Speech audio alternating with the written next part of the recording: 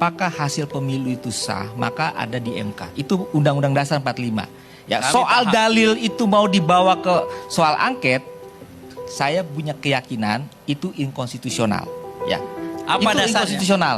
Kenapa? Karena itu masuk pada Pasal muatan apa, undang-undang apa yang mengatakan kalau DPR RI menggunakan hak angket itu inkonstitusional? ada hukum Ya. dan politik. Kalau bicara politik, silakan. Ya. Politik itu ya memang kodratnya begitu. Bisa keluar jalur itu sah-sah saja. Ya, tapi Bang Lulit kalau tidak kita bisa bicara negara hukum, mengatakan kalau bahwa kita bicara negara hukum, politik hak harus tunduk angket pada hukum. Itu tidak konstitusional.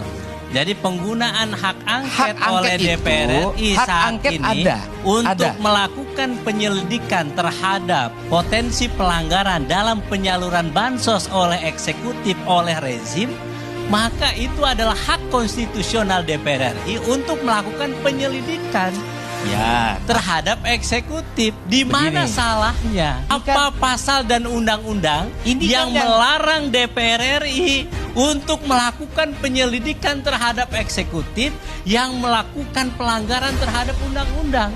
begini. Itu persoalannya. Bukan. Jadi Ini saya dari urusan tadi ini melihat ditarik logika benang berpikir merahnya Bang Ruli soal ini, pemilu. seakan-akan kami ini tidak paham undang-undang. Jadi seakan-akan hanya abang yang Begini. ngerti tata negara. Itu persoalannya. Kenapa Dan kita seakan-akan kita dalam semua Undang-Undang Dasar 45 harus menutup mata terhadap fenomena politisasi bansos, politisasi aparatur sipil negara, politisasi hukum yang terjadi saat ini. Banyaknya laporan yang dilakukan oleh para paslon terhadap Bawaslu tidak diproses secara hukum. Jadi kalau abang melihat hanya merli sebagai aturan, tidak melihat bagaimana prakteknya, bahwa ketika kami ratusan laporan dari berbagai daerah tetapi tidak diproses oleh hukum, di mana rasa keadilan itu, Bang?